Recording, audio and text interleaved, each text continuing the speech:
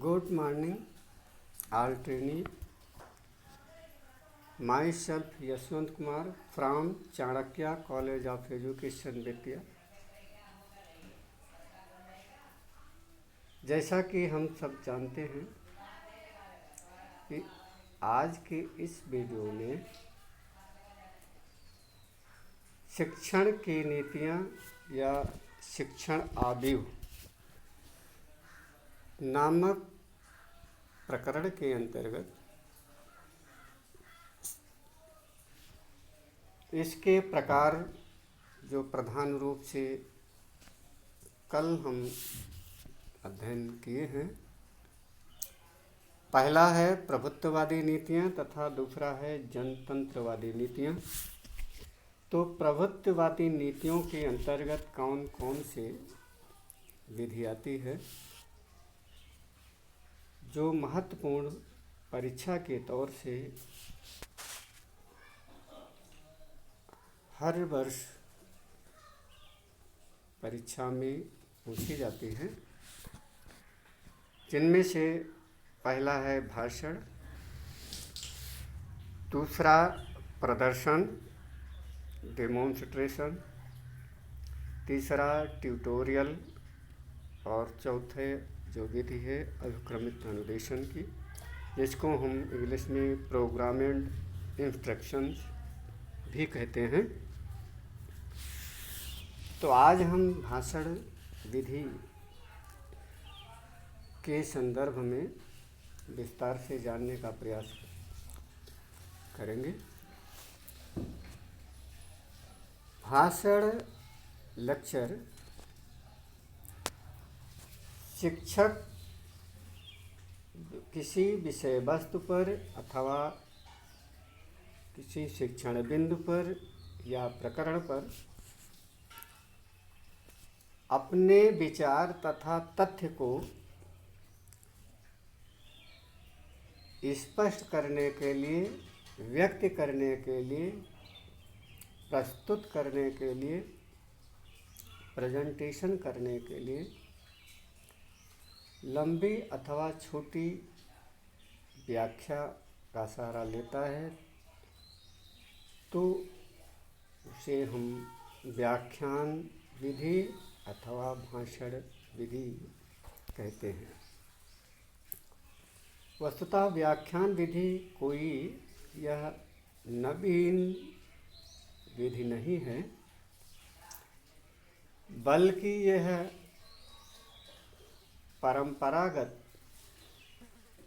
प्रभुत्ववादी विधि है जो काफ़ी लंबे समय से शिक्षण में शिक्षकों द्वारा प्रयोग होती आ रही है।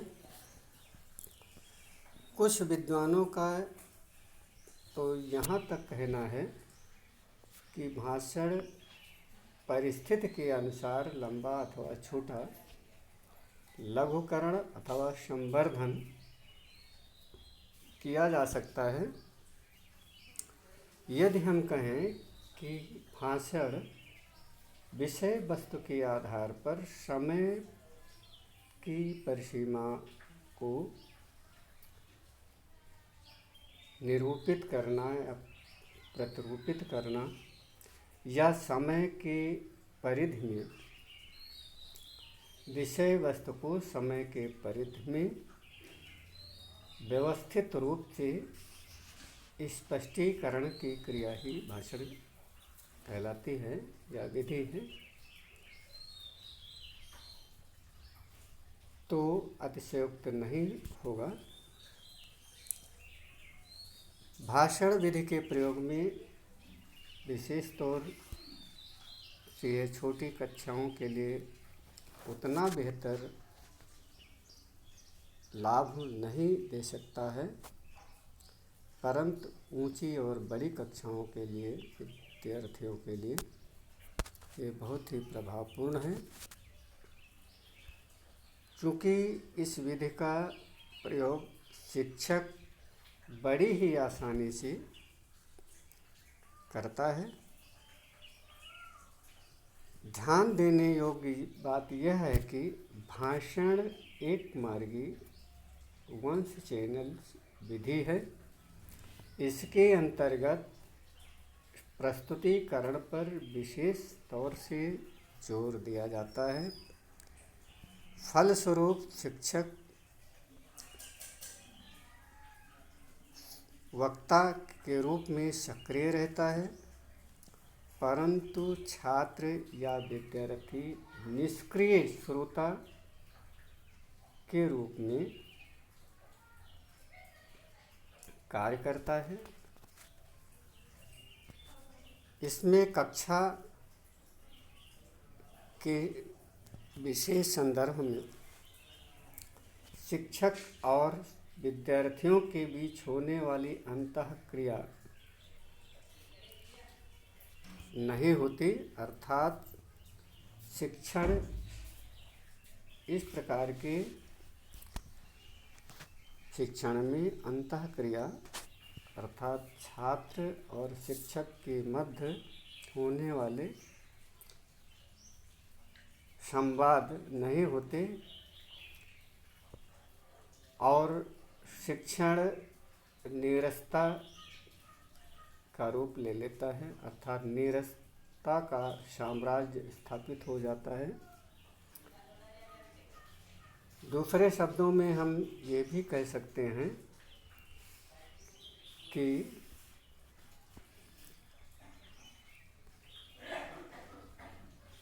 शिक्षक ही प्रधान होता है और छात्र गौण, अर्थात शिक्षक प्रधान शिक्षण इस विधि की प्रधानता है। भाषण विधि के प्रयोग से विद्यार्थियों को जो स्वविचार होते हैं, अपने विचार अर्थात अंतःक्रिया के अवसर समाप्त हो जाते हैं। साथ ही शिक्षण सामग्री भी अधिक जटिल हो जाती है, जिसके कारण से विद्यार्थी कक्षा में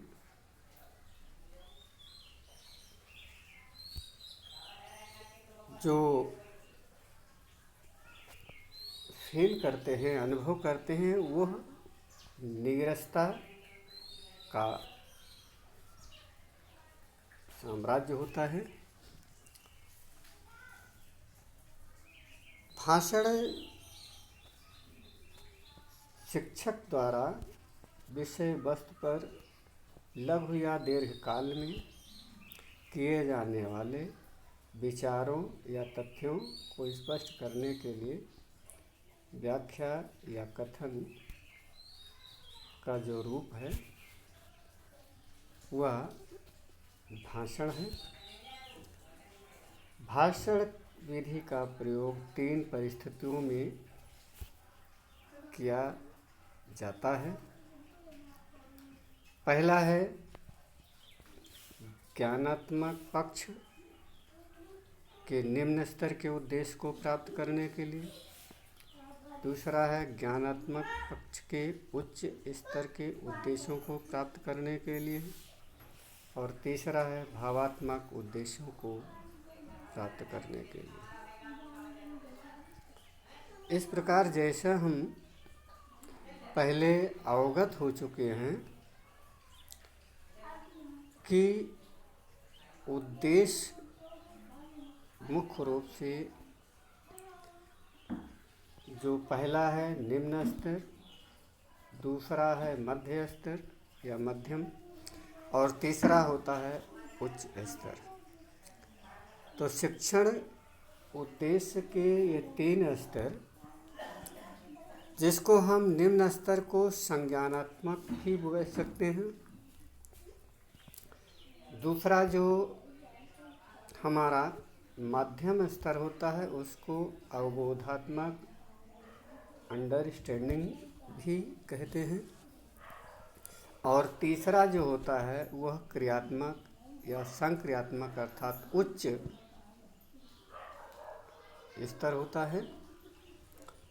कुछ विद्वानों ने तो प्रथम, निम्न और मध्यम स्तर को प्रथम स्तर माना है और क्रियात्मक उद्देश्य को उच्च स्तर ही स्वीकार करते हैं। लेकिन अनुभव की बात यह है कि चूँकि भाषण में शिक्षण विधि के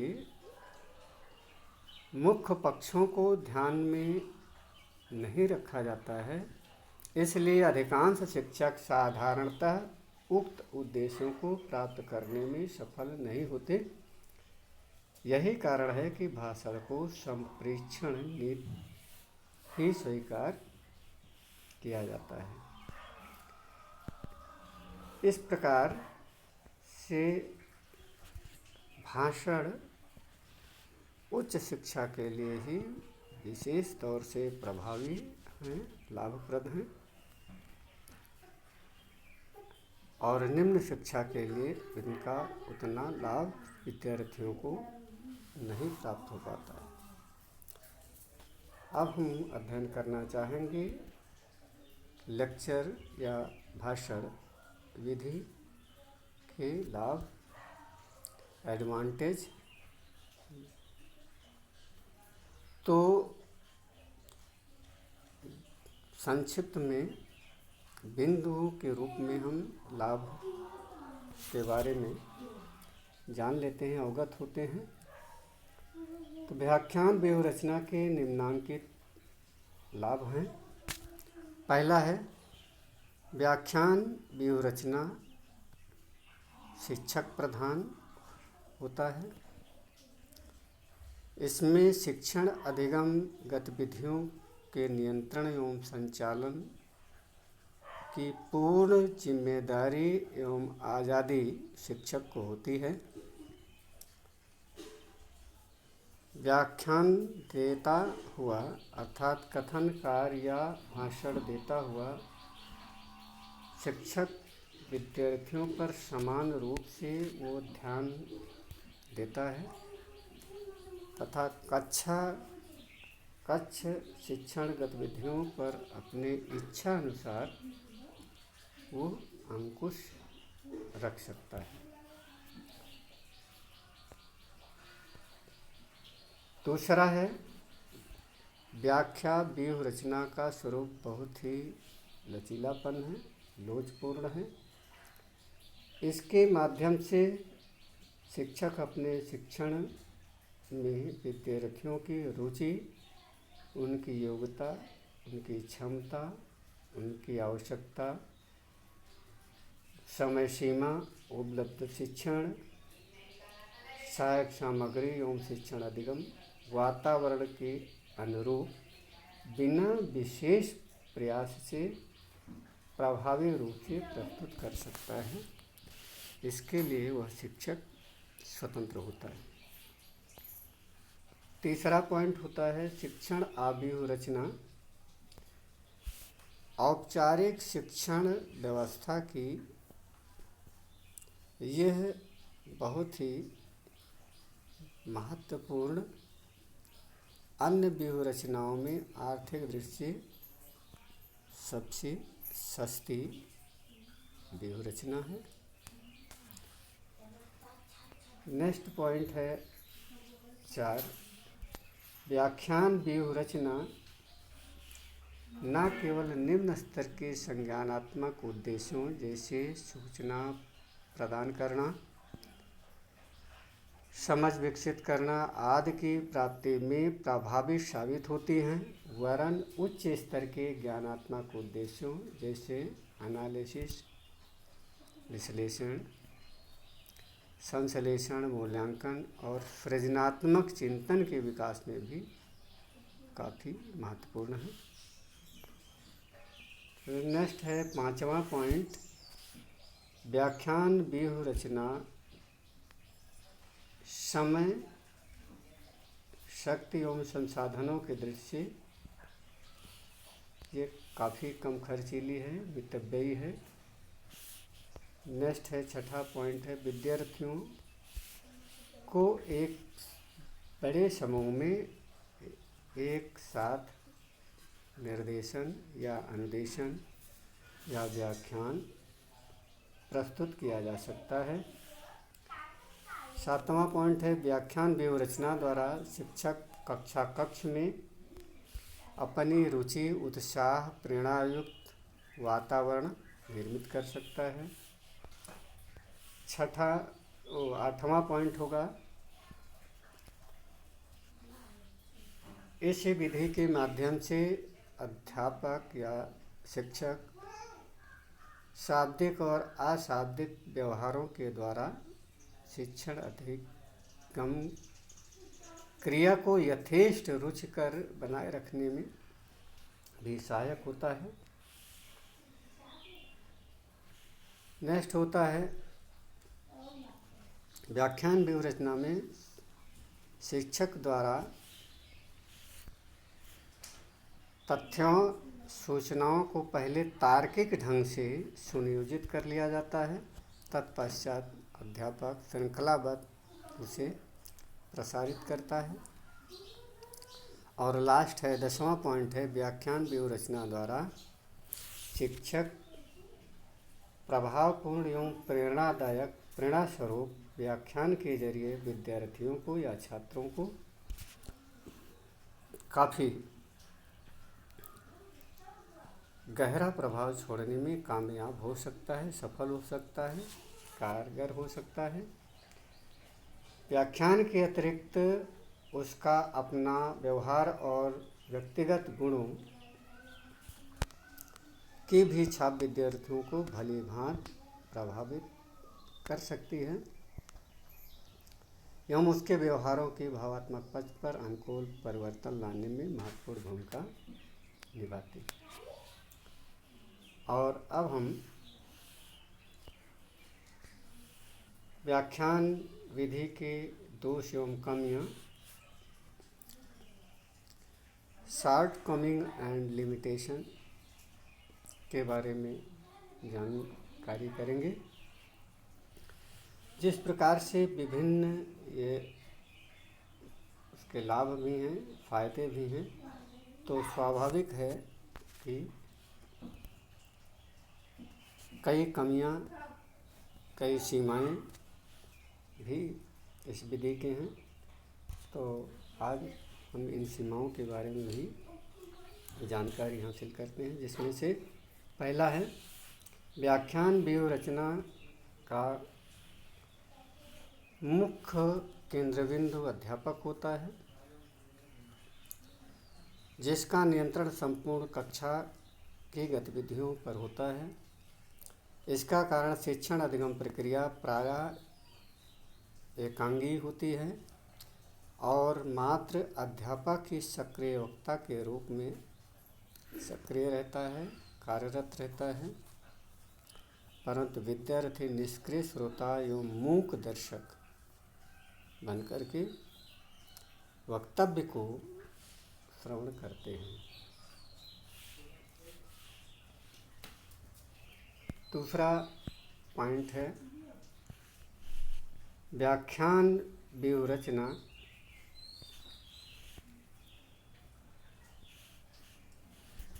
शाब्दिक संप्रेषण को प्रयोग में लाने से समूह शिक्षण में ही यह कारगर हो सकती है। अधिकांशतः इसका प्रयोग ग्रुप में, समूह में या झुंड में ही ज़्यादा प्रभावपूर्ण है। इंडिविजुअल या व्यक्तिगत शिक्षण में यह विधि उतना उपयुक्त नहीं है। नेक्स्ट थर्ड पॉइंट है शाब्दिक संप्रेषण तभी सफल हो सकता है जब श्रोता उसी रूप में ग्रहण करें कि जिस गति से शिक्षक वो प्रस्तुति दे रहा है। प्रस्तुति की गति के अनुरूप यदि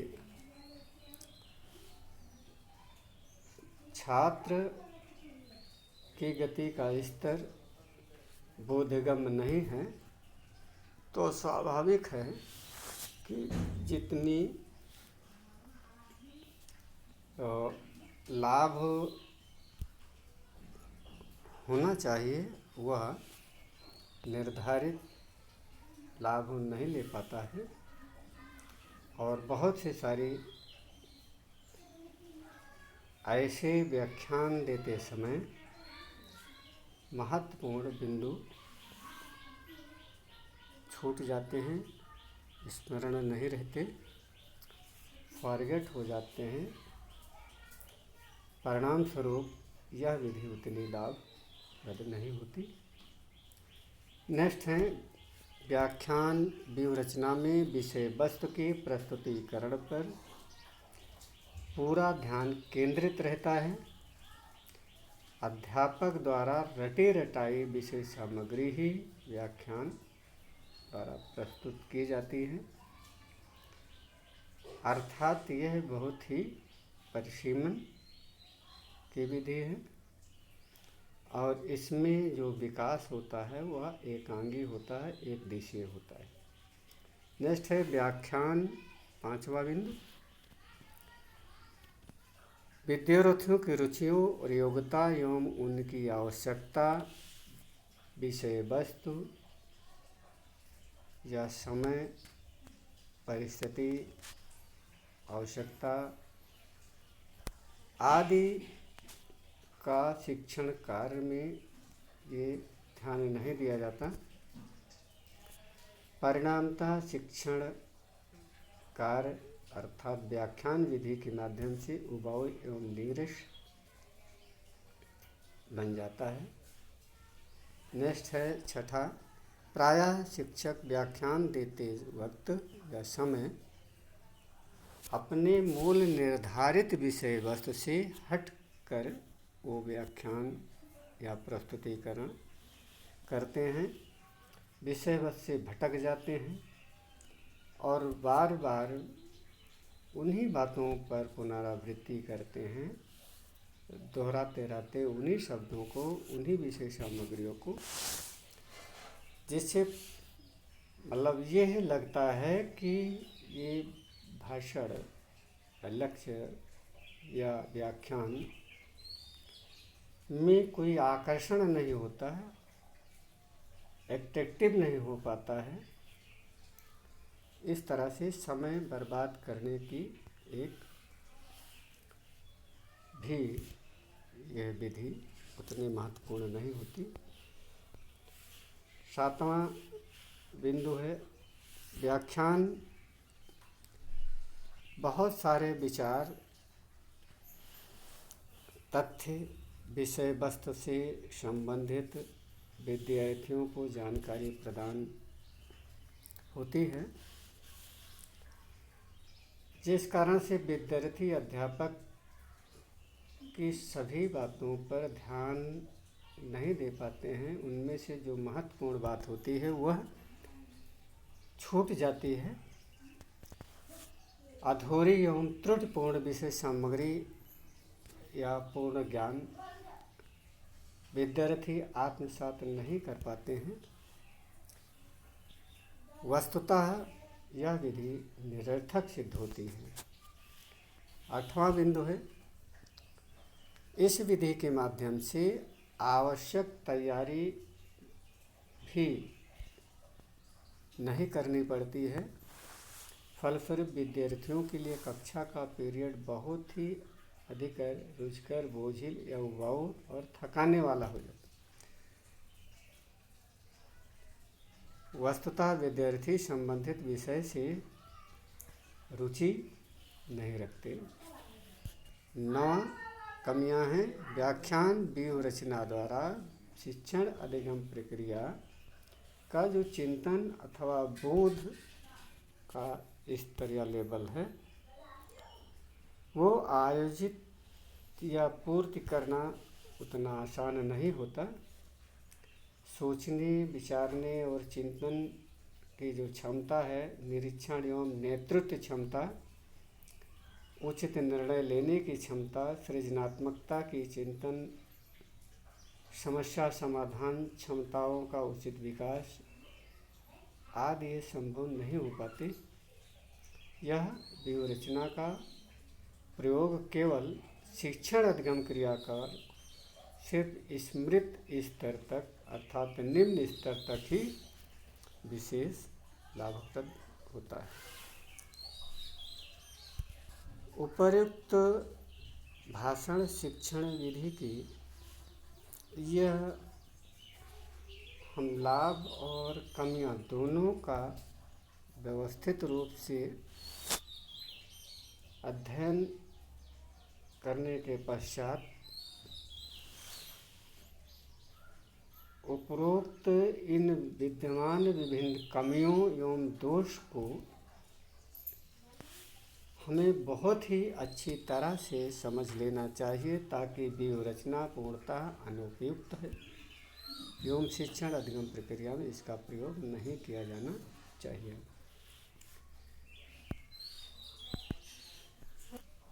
फिर भी शिक्षण अधिगम प्रक्रिया के दौरान इस विधि का प्रयोग शिक्षण में बहुत ही देखने को मिलता है। इसे नए संप्रत्यों से परिचित कराने तथा उचित प्रकार से वर्णन करने में, छोटे छोटे तथ्यों तथा सूचनाओं को एकत्रित करने तथा तार्किक संरचना संगठन का निर्माण करने में, प्रस्तुत संप्रत्यों कॉन्सेप्ट अवधारणा या विचारधारा को, प्रिंसिपल या सिद्धांत या नियम को आगामी जानकारी एकत्रित करने या प्रदान करने। नेक्स्ट है विद्यार्थियों के ज्ञान एवं अवबोधन क्षमता, अंडरस्टैंडिंग समझ की क्षमता को विकास करने तथा ज्ञानात्मक पक्ष एवं भावात्मक पक्ष के उचित विकास करने के लिए विषय सामग्री, पाठ्य वस्तु या शिक्षण बिंदु पुनः अवलोकन एवं संक्षिप्तीकरण करने के लिए अर्थात लघुकरण करने के लिए, विद्यार्थियों को प्रभावात्मक अनुशासन सिखाने के लिए, उपर्युक्त विद्यमान विभिन्न इन महत्वपूर्ण बिंदुओं पर दृष्टिपात करते हुए मुख्य रूप से ज्ञानात्मक उद्देश्यों को पूर्ण रूप से उपलब्ध नहीं हो पाती। इसके मुख्य कमियों में ही नहीं बल्कि इस विधि को ठीक तरह से प्रयोग लाने में या करने में, प्रस्तुतिकरण करने में भी ये विभिन्न त्रुटियां, इन बिंदुओं पर हमें विशेष तौर से ध्यान देना होगा। इस संदर्भ में हम व्याख्यान विधि का प्रयोग करते समय निम्न सावधानियों का विशेष ध्यान रखना आवश्यक है। तो ये सावधानियाँ कौन कौन सी हमें ध्यान में रखनी होगी, इस बारे में हम अध्ययन करना चाहेंगे। जिसमें से पहला है, भाषण एक कला है जिसमें सफलता प्राप्त करने के लिए निरंतर प्रयास करना चाहिए। लगातार हमें अभ्यास कार्य करते रहना चाहिए और जितना ही अधिक हम अभ्यास कार्य करेंगे, संप्रेषण, कथन या व्याख्यान उतना ही बेहतर होगा। दूसरा है, भाषण देने वाले को विषय वस्तु का पूर्ण ज्ञान होना चाहिए। तात्पर्य है कि जब हम किसी बात को, अपने विषय वस्तु को, अपने शिक्षण बिंदु को प्रस्तुत करें, शिक्षण कार्य करें, अध्यापन कार्य करें, तो स्वाभाविक है उस विषय पर हमें पूर्ण आधिपत्य, पूर्ण ज्ञान होना चाहिए। आधा अधूरा ज्ञान वह शिक्षण की गरिमा को नहीं है प्रभावित कर पाता है। थर्ड, विषय वस्तु विद्यार्थियों की रुचि तथा मानसिक स्तर के अनुसार क्रमबद्ध रूप से सुसंगठित एवं व्यवस्थित होनी चाहिए, जिससे विद्यार्थियों के समझ, उनमें आकर्षण, एकाग्रता, एटीट्यूड आदि को बढ़ावा मिले।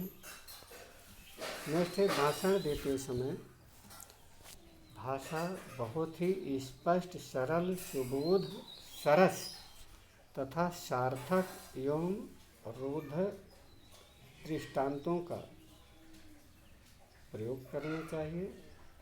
ऐसे उदाहरण एवं दृष्टांत प्रस्तुत करना चाहिए जो वो विषय वस्तु प्रस्तुत की जा रही है, वो उसमें जीवंत परिलक्षित हो। भाषण देते समय महत्वपूर्ण बिंदुओं पर भी पुनरावृत्ति फोकस करना चाहिए, पर बल देना चाहिए। और नेक्स्ट है, अप्रासंगिक कथनों या वचनों, व्याख्यानों, प्रकरण या टॉपिक का दूसरे प्रकरण से संबंध स्थापित करते हुए उद्देश्य को स्पष्ट करना चाहिए। नेक्स्ट है, भाषण रोधक होना चाहिए। ऐसा नहीं कि वह प्रवाह हो, ऐसा धारा प्रवाह भाषण जिससे स्टफिश हम बोध न हो सके। साथ ही भाषण पुस्तक अर्थक नोट्स का प्रयोग नहीं, बल्कि वह स्वचिंतन पूर्ण हो।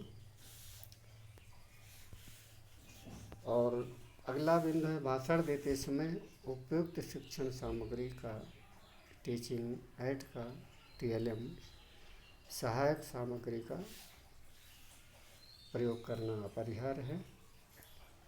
नेक्स्ट, भाषण इतना लंबा तथा औपचारिक न हो कि वह समय की परिसीमा को ही भूल जाए। समय सीमा को ध्यान में रखते हुए विषय वस्तु को हम प्रस्तुत करें। नेक्स्ट है, भाषण के समय शिक्षक और शिक्षार्थियों के बीच अंतःक्रिया, ज्ञान का आदान प्रदान, वार्ता,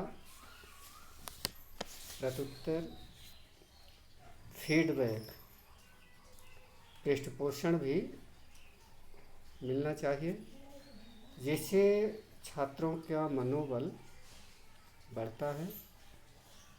नेक्स्ट है, भाषण निश्चित समय तक ही, अर्थात समय सीमा जो निर्धारित है उसी के अंदर भी अपनी बात को व्याख्यायित करें। भाषण विधि के साथ किसी और विधि का प्रयोग भी,